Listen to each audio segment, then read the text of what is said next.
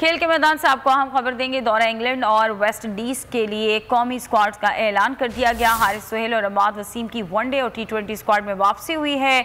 मोहम्मद अब्बास और नसीम शाह दोबारा कौमी टीम स्क्वाड का हिस्सा बन चुके हैं। आजम खान पहली बार T20 स्क्वाड और सलमान आगा वनडे स्क्वाड में शामिल हैं।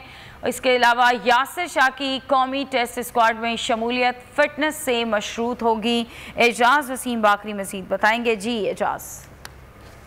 देखिए, पाकिस्तान क्रिकेट टीम की सिलेक्शन कमेटी के सरबराह मोहम्मद वसीम ने आज 3 स्क्वाड का ऐलान किया है जिन्होंने इंग्लैंड और वेस्ट इंडीज में खेलना है।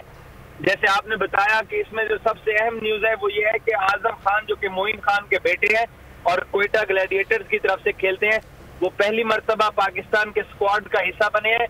और इसके अलावा फास्ट बॉलर मोहम्मद अब्बास को भी तकरीबन 1 साल बाद पाकिस्तान के टेस्ट स्क्वाड में वापस शामिल किया है। और फिटनेस अपनी बेहतर करने के बाद नसीम शाह भी पाकिस्तान के टेस्ट स्क्वाड का हिस्सा बन गए हैं। खिलाड़ियों को ड्रॉप किया गया है। पाकिस्तान की T20 टीम से आसिफ अली और दानिश अजीज को ड्रॉप किया गया है। दोनों की जो परफॉर्मेंस थी वो दौरे अफ्रीका में कोई इतनी अच्छी नहीं थी। पाकिस्तान ने इंग्लैंड में 3 वनडे और 3 T20 खेलने हैं, जबकि वेस्ट इंडीज में पाकिस्तान ने 5 T20 और 2 टेस्ट मैचेस खेलने हैं। जी, बहुत शुक्रिया एजाज वसीम बाकरी आपका।